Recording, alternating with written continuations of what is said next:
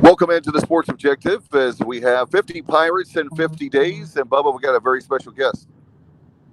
Yeah, Dave, the last couple of nights we've caught up with guys that played for John Thompson and Skip Holt. Right now we're catching up with a guy who's the tail end of his career overlapped with both of those guys. Welcome into the show, defensive end and linebacker Richard Koonce. How you guys doing today? I'm glad to be on. Good. We're having certainly breakfast today with you, Richard, and thank you so much for coming on. Wanted to talk to you about your career and what you're doing now. And I guess we've been asking everybody when they start out how you've been handling the pandemic and with COVID-19, with the coronavirus, how you've been hanging with that the last few months. It's definitely been a change of pace. Like I was telling Bubba, I have a 6-year-old, a 4-year-old, and a 6-month-old. So they all came from school and daycare, and they were being home a lot. For us, it's definitely been an opportunity for us to spend even more time with our kids. Um, but for them, they don't like the fact that they can't go to the parks and things like that. Unfortunately, financially, we've been good, and I don't know anyone personally that's had any real serious problems. So it hasn't affected us in that way, but it has caused me and my family to have some more time together. Now, Richard, before we dive into your path to East Carolina, time as a Pirate, and even more like what you're up to now, I know that you and your family, you're originally from North Carolina, and so is your wife, and you're both East Carolina alums, but she is pursuing that PhD at the University of Maryland. So talk about that. And I know you guys are currently moving back to the state of North Carolina. Yeah, so my wife, for a long time, we all knew that, and anyone that knows her, she has the capacity to pursue higher education at that level. So the University of Maryland gave us an opportunity. So we were actually in North Carolina, and we uprooted our family and moved up there. And for the past 3.5 years, we've been up there, and we've been working hard because I don't. If any of you know, if anyone going through a PhD program, that person isn't just going through it. Everyone's going through it. Everyone in the house, it's very challenging. It's rigorous, and it's set up that way. So now we're transitioning back home, and um, it's good to be home with family.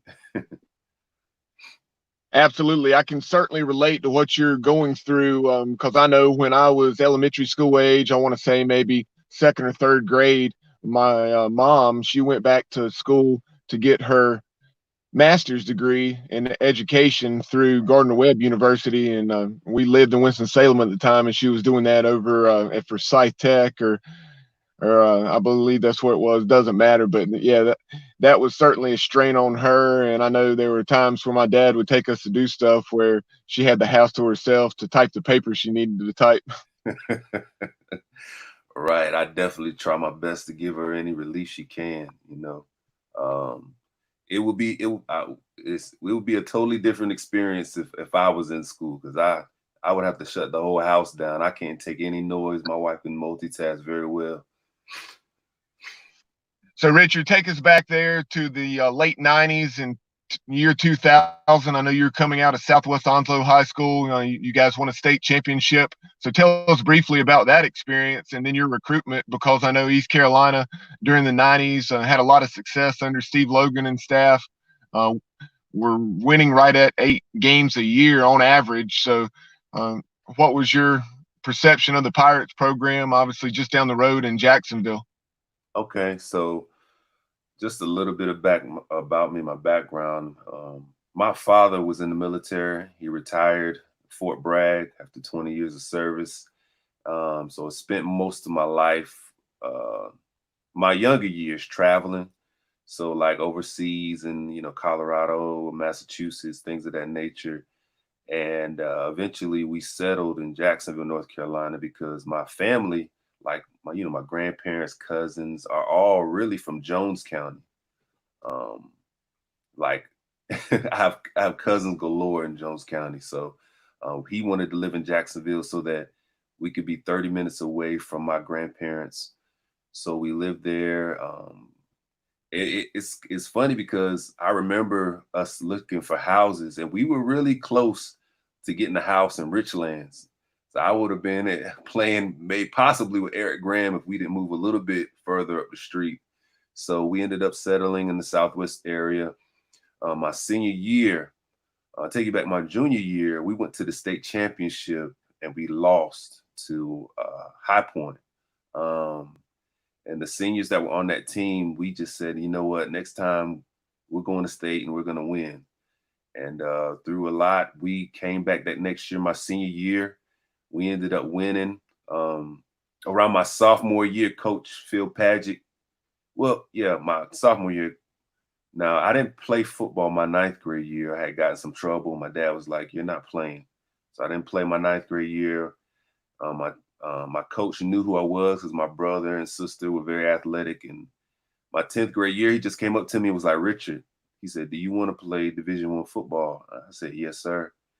He said, if you do what I tell you to do, I'll make sure you play Division I football. So I did what he told me to do. I came to the weight room and he told me to come to the weight room.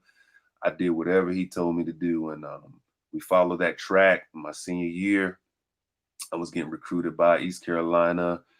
My junior year was, I was getting recruited by a handful of people, but when it came down to the end, only, getting letters from Chapel Hill, Clemson, NC State, everyone giving me letters, ECU.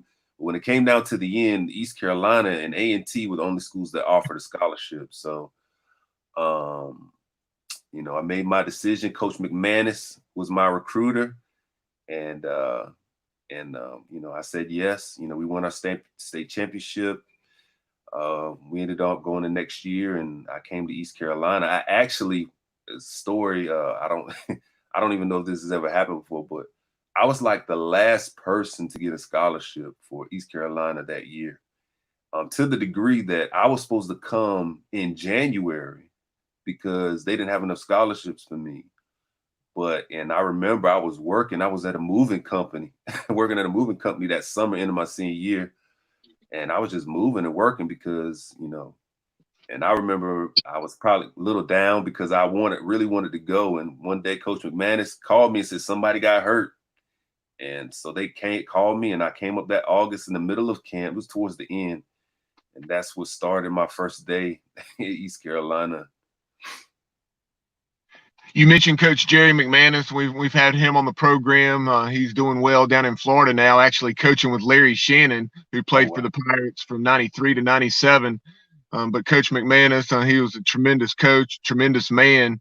And his son is actually back at East Carolina now.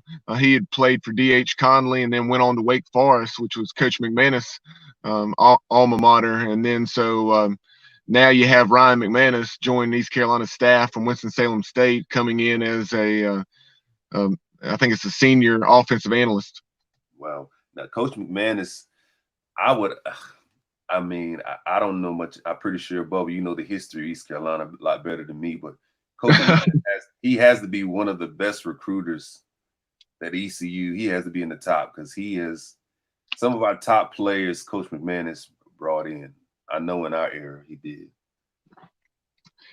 So one of the things I wanted to mention, just kind of piggybacking off what you were saying, as far as people knowing you in Jones County, all the family you have there, Pirate Nation, if you're going through Jones County and you get pulled over for speeding, tell the officer you know Richard Koonce. Maybe it'll help you. Yeah, maybe. But no, Richard. So you're coming into the program there in 2001, obviously, and the Pirates were coming off a 9-win season, an 8-win season in 2000. A lot of expectations. David Garrard at quarterback, Leonard Henry at running back. So I know you kind of already touched on this a little bit, but talk about your perception like that 1999 season when the Pirates got off to the 5-0 start, were ranked in the top 20 nationally. What was a perception of a junior in high school in Eastern North Carolina of the East Carolina program with all the success it was having? I mean, you just knew of East Carolina and that whenever they came, they were going to win, and we knew that. And my coach, Coach Eason, his brother actually coached the baseball team at East Carolina University.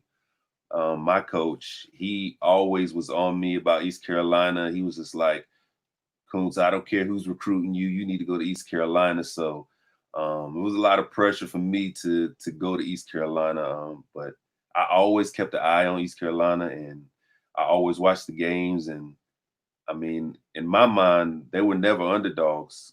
You know, the way I perceived them, like every game they went into, we knew they could win. Absolutely. The stereotypical term we certainly always hear is the giant killers under Coach Logan. You never knew when an onside kick was coming or a gadget play, trick play. And it certainly led to a lot of exciting times and victories during those years. But so you were coming in, you had guys like Pernell Griffin, who was from Williamston, Chris Moore, who was from Havelock. So a lot of Eastern North Carolina kids having a lot of success, a couple of the better linebackers our program's ever had. Talk about learning from them, and then also your relationship and what you learned from Coach Tim Rose. So yeah, me, Chris Moore, we came in together. We came in, and Pernell Griffin was already there. Greg Lefevre, Antoine Yelverton, John Williamson, Krishawn Gilliam, they were all there. Those were Kevin Ward. I mean, just all those guys were already there, and they definitely brought us in, and they mentored us, and they taught us the way. And when I came in, I mean, Pernell was like, I mean, I don't know. He was the man. Pernell was the man. I mean, and Coach Rose let us know from day one who runs the defense. And Coach Rose was I'm pretty sure this isn't uncharacteristic of what you've heard from anybody, but Coach Rose was very intimidating. And he didn't play any games. He was a drill sergeant, and he had a certain expectation, and he was not going to let down for anything. Coach Rose, you definitely made sure that your I's were dotted and your T's were crossed before you even go in there. He demanded respect whenever he came in the room, and I appreciate, you know, everything he taught us. He was a really good coach. I'm pretty sure people have told you stories of when you come in, when we had meetings, if you even yawned in the meeting, you might get a good fussing out or a pencil thrown at you because he did not play any games. Yeah, I'm trying to remember who it was that we had on a defensive player from that era. Certainly described Coach Rose in a similar fashion, saying that he didn't play games and it was all business for sure. Yeah. I remember as a freshman, I was a freshman. I don't know if I think it was my redshirt freshman year. We had went to West Virginia, and we had got the beat down of our life up there. And a couple of guys were on the bus, you know, talking and playing, and we had just lost big time. Coach Rose got on that bus, and he cussed and fussed everyone out on that bus. He was like, I think the running back had got like 400 yards, something crazy. He was like, 400 yards, 400 yards.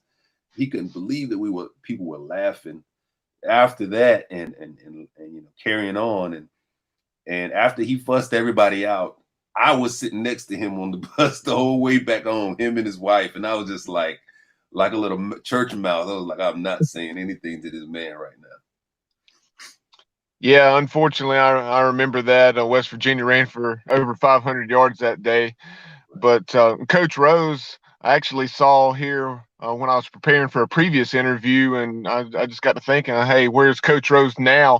He's actually he's in his mid-70s, but he's still coaching football up in the state of Ohio. I want to say it's either a D2 or D3 program, maybe.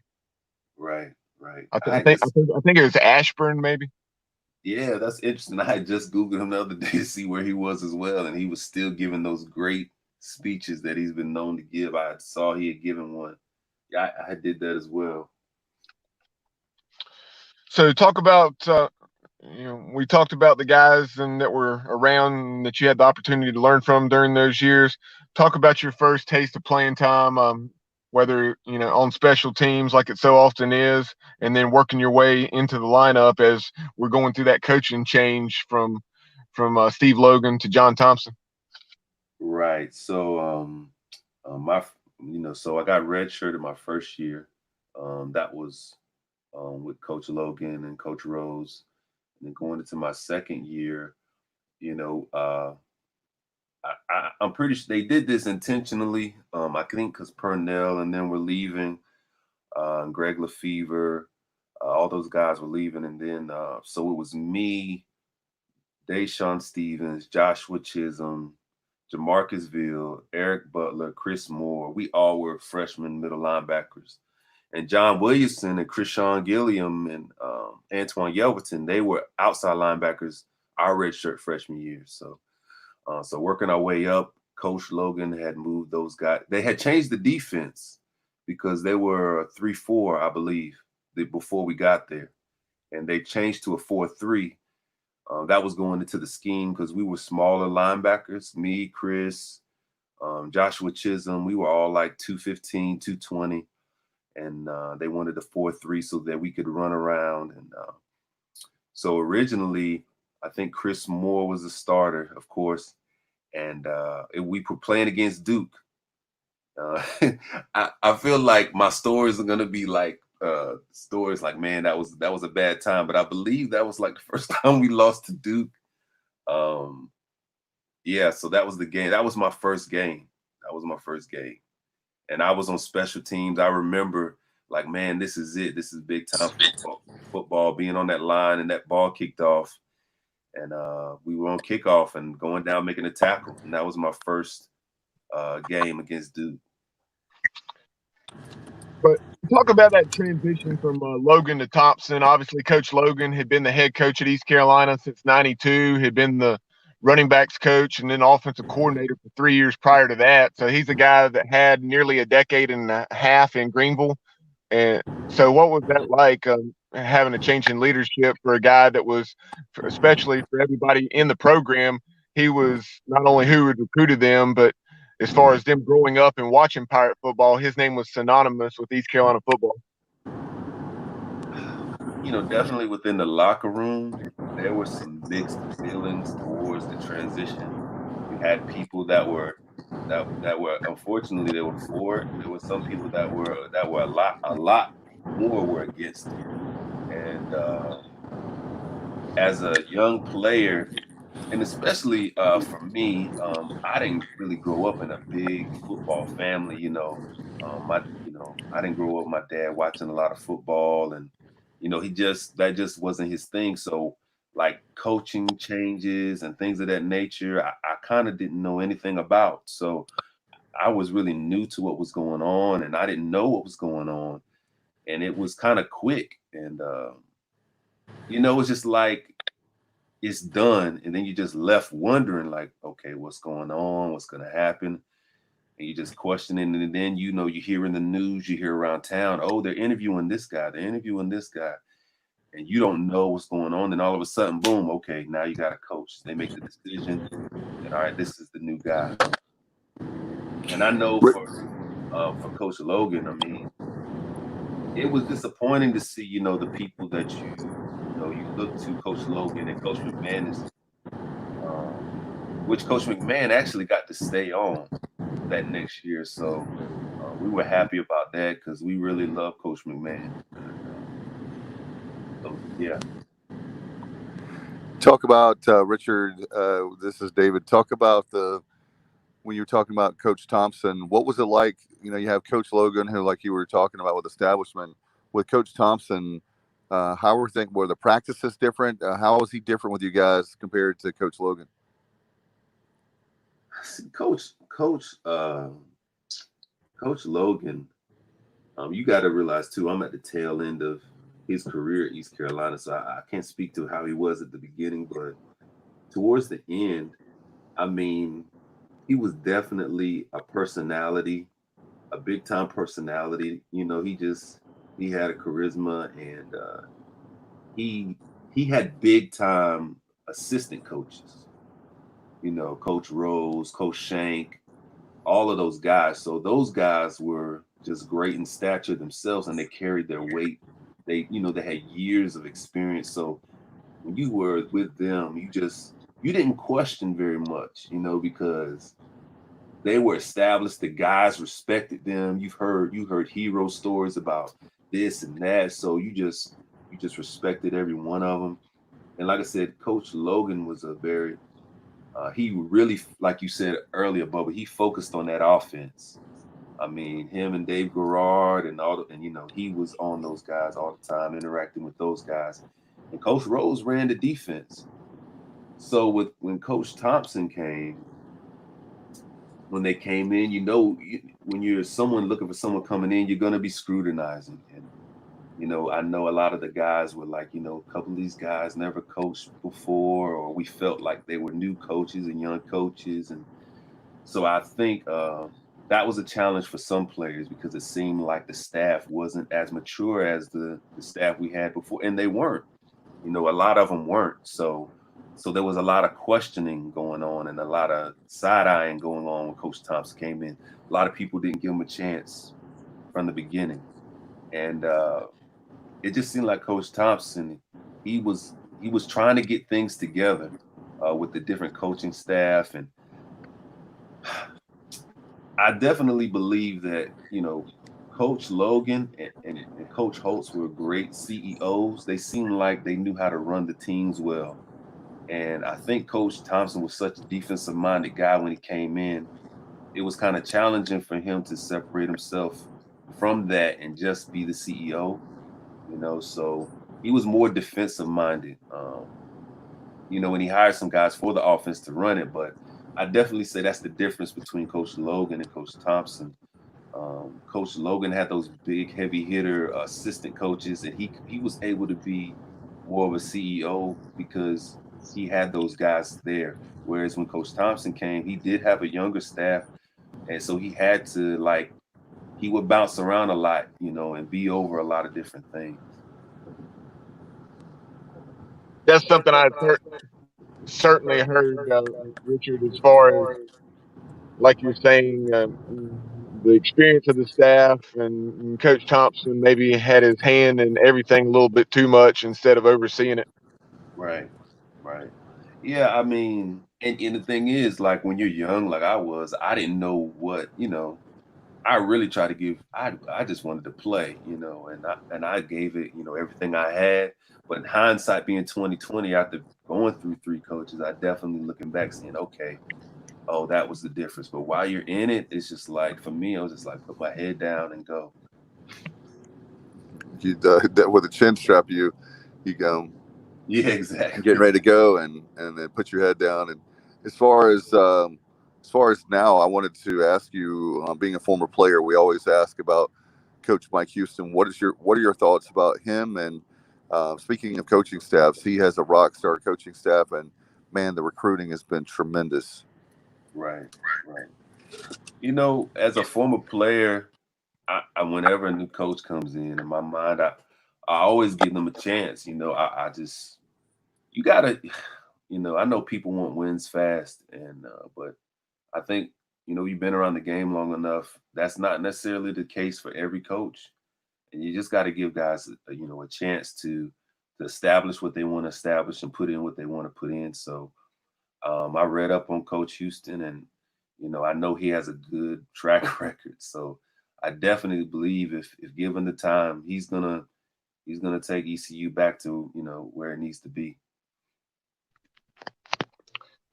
During that era, kind of working in reverse a bit, and we talked about that transition from Logan to John Thompson.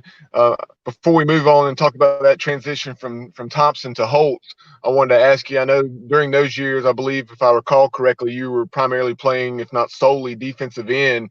And I know your redshirt junior season in 2004, you led the team in sacks with 6 and ranked right up there in tackles with 50 plus. So talk about your experiences once you started to get on the field more on the defensive side. Okay, so I remember even with Coach Rose, they would always whisper like, "You're gonna move to defensive end," so I kind of didn't want to play defensive end, because I don't know, linebackers always glamorized, but eventually I got moved to defensive end, and I enjoyed it. Being with my height and stature, I was able to go back and forth from defensive end to linebacker whenever they're doing different types of schemes. And I definitely feel like a defensive end was probably my best position naturally for how I moved and how I interacted. And once I found out, like, man, okay, I can do this. I really, gave it everything I had. Coach Thompson and defensive staff, they had a lot of different schemes where it was a bandit position. I would put my hands down. I could come up and play linebacker. And he used to have this thing called Soul Train. I'm pretty sure people remember that, where we would be moving around on the line. And for me, that worked for me because of, like I said, my stature and my athletic ability. So I really grew to really like the defensive end position and sometimes that linebacker position. When Coach Thompson came in, he let us know that he had some different schemes and ideas he wanted to do, and he pretty much told us, everything's up for grabs. Whatever position you want, you go out for it, and he let us go for it. And of course, Chris ended up being on the top as far as middle linebacker, and I was outside linebacker DN when the dust settled. Right. You referenced Chris Moore. Chris Moore, I think, unfortunately, I mean, there's certainly Pirate fans that remember him very well, but I think compared to the likes of, Robert Jones, Pernell Griffin, and some of the better linebackers in our program's history, that he may get overlooked a little bit just because of some of the teams that he played on didn't win the most games. Oh, me and Chris talk all the time about that. I mean, I'll be an advocate for him. I definitely am disappointed whenever I see the the top, they do the top defensive this or the top that, and Chris is not up there. I definitely am disappointed. I mean, he was up for but he was on the buckets list his first year, and he consistently would put up numbers, and he's definitely up there in my opinion as one of the top linebackers in East Carolina history. Um, just a little story. I remember he played middle linebacker, and the guys would always joke, man, only reason you're getting all these tackles, Chris, because you play middle linebacker, because we're taught to funnel everything back to the middle linebacker. And I remember, I don't know what it was, he had got injured and he had came back, and coach moved him to outside linebacker for 1 game or 2 games. And typically the outside linebackers don't get as many tackles as the middle linebacker. And man, that game, he still had 10, 12, 15 tackles. He just had a nose for finding that ball. I mean, he just knew how to do it. He just knew how to get to that ball and follow that zone and get to the ball on the other side of the other side of the scrimmage. He just had it. And I definitely feel like he should be an inductee. I definitely feel like he should be on the top list. I definitely feel like he should be mentioned whenever top ECU linebackers are mentioned. No doubt about it. So Richard, with Coach Holtz coming in, he made some tremendous hires on the defensive side of the ball with Greg Hudson, a guy who was tremendously proven, and Rick Smith. So those guys kind of tag teaming things on the defensive side. Then you had excellent coaches like Rock Rogerman, God rest his soul, and so many others. So just talk during those years. You referenced Coach Thompson's defensive philosophy, bringing pressure from everywhere. And then Coach Hud comes in, and we're playing a lot of base and not mixing it up a whole lot, just making sure everybody's on the same page, knowing what they need to do. So talk about that transition. When Coach Holtz came in, like I know we were going through the different personalities. I don't know if it's because he just grew up around football his whole life and who his father is, but Coach Holtz definitely had it. He had it. I mean, he had that swagger as that top head coach. And I tell people all the time, he could sell salt to a slug. He just had that ability to speak to people. Coach the AD, not Coach Terry Holland, AD Terry Holland. I don't know if you knew this, but before he came in, Coach Holtz, Coach Terry Holland allowed the seniors to interview Coach Holtz before he got the job. So he came into the room with all the seniors, and he just told us what he was going to do, and he told us what his plans were, and he told us, what he was, what his history was, and I was sold. I was sold after. I mean, he just has that ability to talk. He definitely has that CEO personality, and he knows how to run whatever he has. So, like I said, I was sold after that, and when he came in, they Coach Hud and Coach Smith, they made the defense so simple. They made it simple. I think that out of all the different coaches, they made it the most simple, and they made it so that you could just go and play. And I owe Coach Smith and Coach Hud. If it wasn't for Coach Smith, actually, I never would have had a chance to play in NFL Europe or, spend my little time I had with the Steelers. I was out training and doing things in the NFL Europe. I had a workout with the Steelers, and I got allocated to NFL Europe. And NFL Europe, the coach at that time, he knew Coach Smith. So he called Coach Smith and asked, like, hey, who is this guy? And Coach Smith advocated for me. He's a great guy. He's a 4'6" guy, yada, yada. He does this. And I got allocated to play in NFL Europe because Coach Smith, he gave me a good recommendation. And the rest is history. But that coaching staff, they were a great coaching staff. They had all the pieces. Coach Rock, we loved him. He was intense. He was crazy. He left us laughing a lot of times, and we really liked him. Between Coach Rock and Coach Hud and Coach Smith, that was good times. That was good times. They were a great defensive staff. Yeah, like you said, Coach Holtz and other members of the staff just had that charisma. It was very apparent that Coach Holtz, not only his pedigree with his father, Lou, but then also that he had been a head coach before at UConn prior to coming down to South Carolina for family reasons to join the staff at USC. Right. And I remember him talking about that from his transition from different places, and I think his dad was sick, and he had an opportunity to go down there and just be with his dad. And he really, and that's another thing, he really talked to us about his life and explained different things. He just was a good all around coach. I can't even say it any other way, because I forgot to say this. Coach Logan, he knew his X's and O's. But I don't think and I think a lot of fans felt this way too. Sometimes he wasn't very personable. There's sometimes he kind of was like to himself.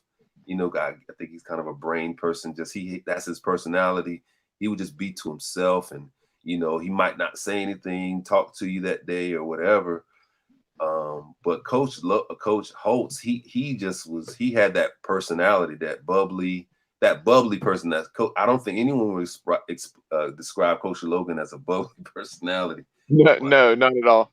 But Coach Holtz, that's what he just had, that bubbly. You just wanted to be around him. He just had that smile and laughing and giggling, and that was just him. And he definitely won a lot of people over with that.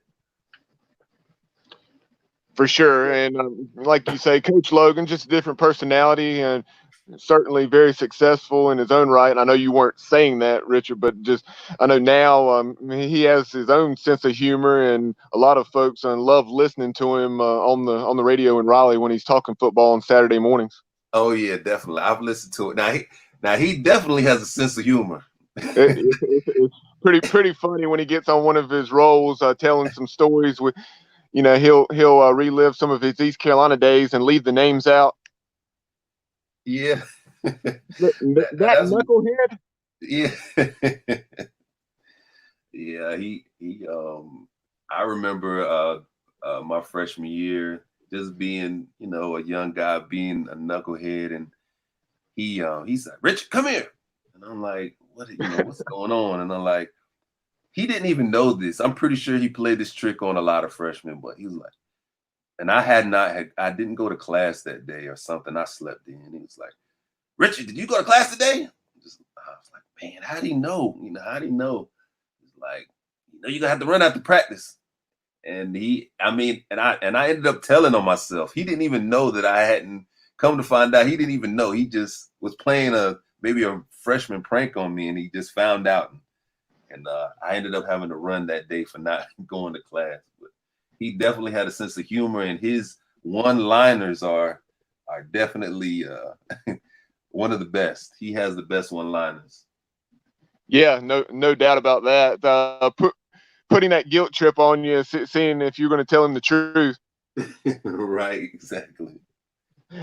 But Richard, before we move on and talk post East Carolina, and talk about that 05 season, because the 3 previous years, your redshirt freshman through junior seasons, we had won 4 games, 1 game, 2 games. We've touched on the culture shift a little bit, but in 05, we won 5 games. We had 4 others where we lost by 10 points or less, and had a near miss at West Virginia, played Wake Forest down to the wire where we came back from a large deficit. So just talk about that. And I know you have to take a lot of pride in setting the program up for the success it had after that, where we went to, I guess, 5 straight bowls and 8 bowls in 9 years or something like that. Right. That year was definitely a better year from the previous. We definitely, man, when you go back, you try not to look back on things and shoulda, coulda, woulda, but that year with those 5 wins, like you said, we could have won a lot more games. And we definitely wanted to go to a bowl. We came up short. So that was disappointing for us for seniors. But as seniors, we knew that the team, the organization, the university was in great hands. And we could tell that the sky was the limit for that coaching staff and for whoever bought in. It was challenging times. I mean, I don't know if the 5 years or the years that I was at East Carolina, I don't know if it was the worst combination of years. I don't know.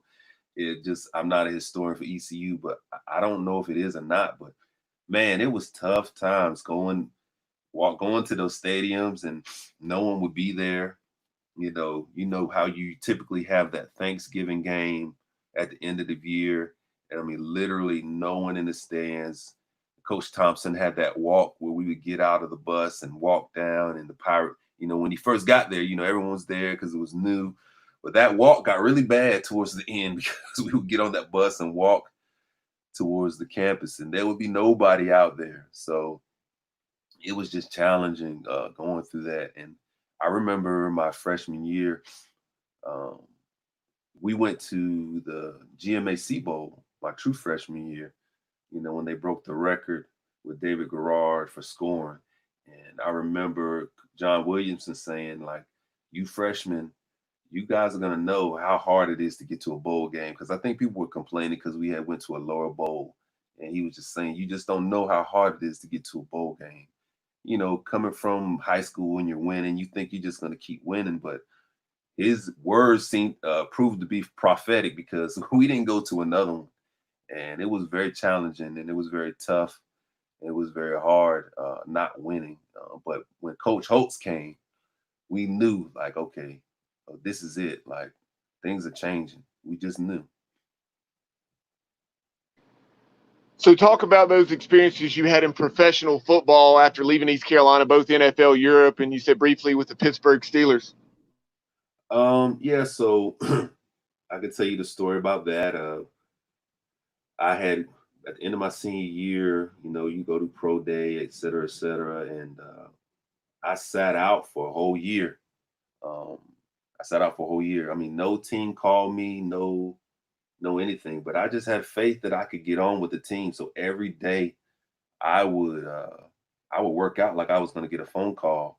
I would come into the weight room and bust my tail every day. And, people would wonder, like, why is he in here? Why is he still working out? And just through the grace of God, through faith, one day Dan Rooney Jr. called me.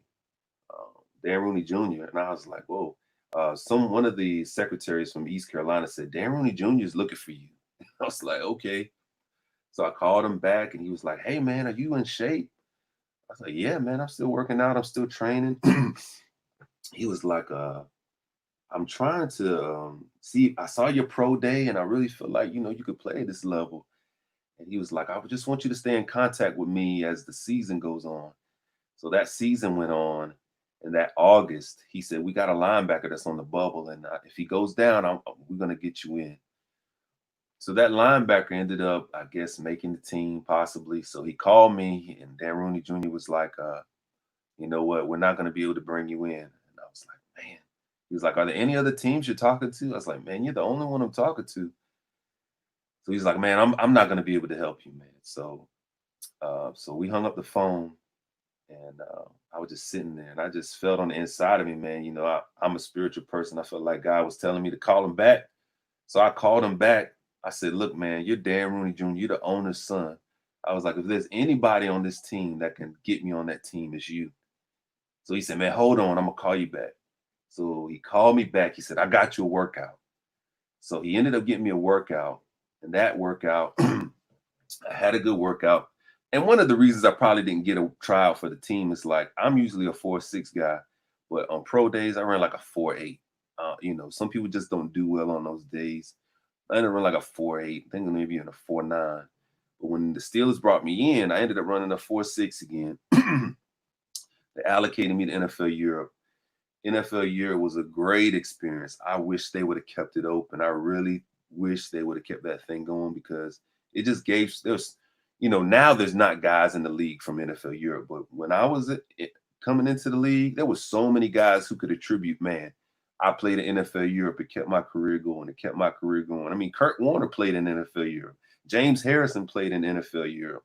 I mean, that was able to give a lot of people an opportunity to play at a top level and to be seen by NFL scouts.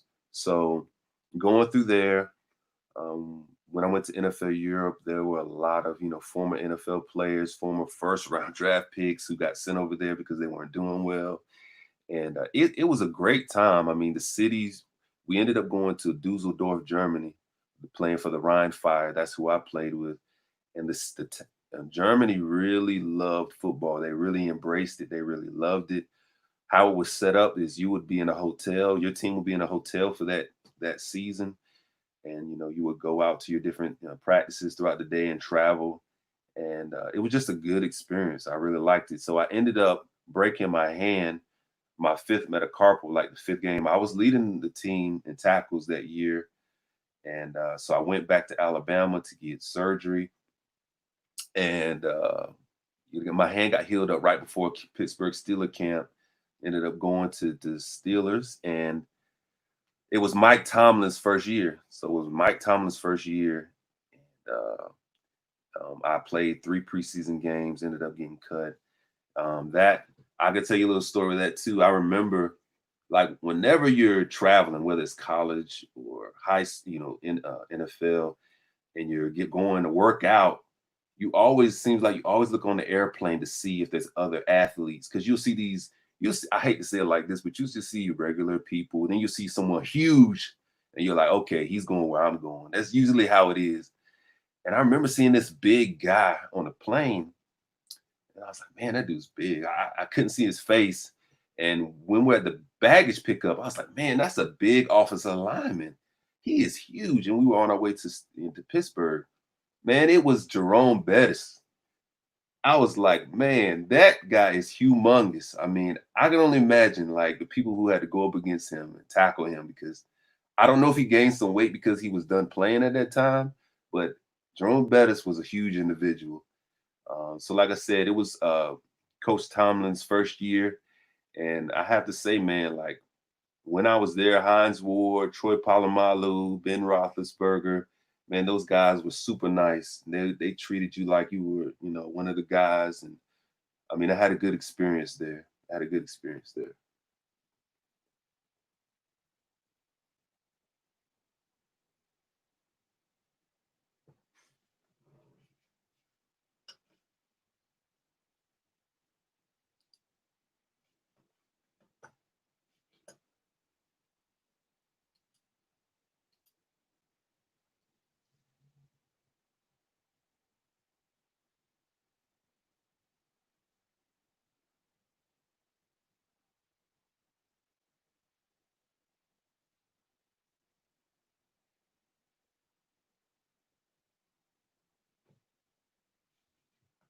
touched on in the who played back then. She is in her age. So talk about you up to now. Could you run that back for me real quick, Bubba, one time? I was having trouble hearing you right there. Can you hear me okay now? Yeah, I hear you clear now. Okay. I was just saying after football, we touched on it in the open a little bit, but let's circle back around to after football was over. I know you spent time as a firefighter. So just talk about what you and your family are up to now. I know Danielle Melvin the former Danielle Melvin is of course your bride, and you guys were at East Carolina together. She played basketball for the Pirates, and now she's finishing up her PhD in sociology. Yeah, so right now, we're, like you said, we're transitioning back home, and I currently work for a contracting agency in DC. So right now I'm still commuting back and forth. The goal is to just, her to finish her PhD program and to eventually teach within the university system. And for me, I'm going to eventually go back to school myself and just raise these wonderful children we have. We got a six, like I said, I don't know if I said it earlier, but my son, Richard, he's the third, he's 6. My middle son, Jimmy, he's 4. And my newborn, Sarah. I'm enjoying spending a lot of my time with them.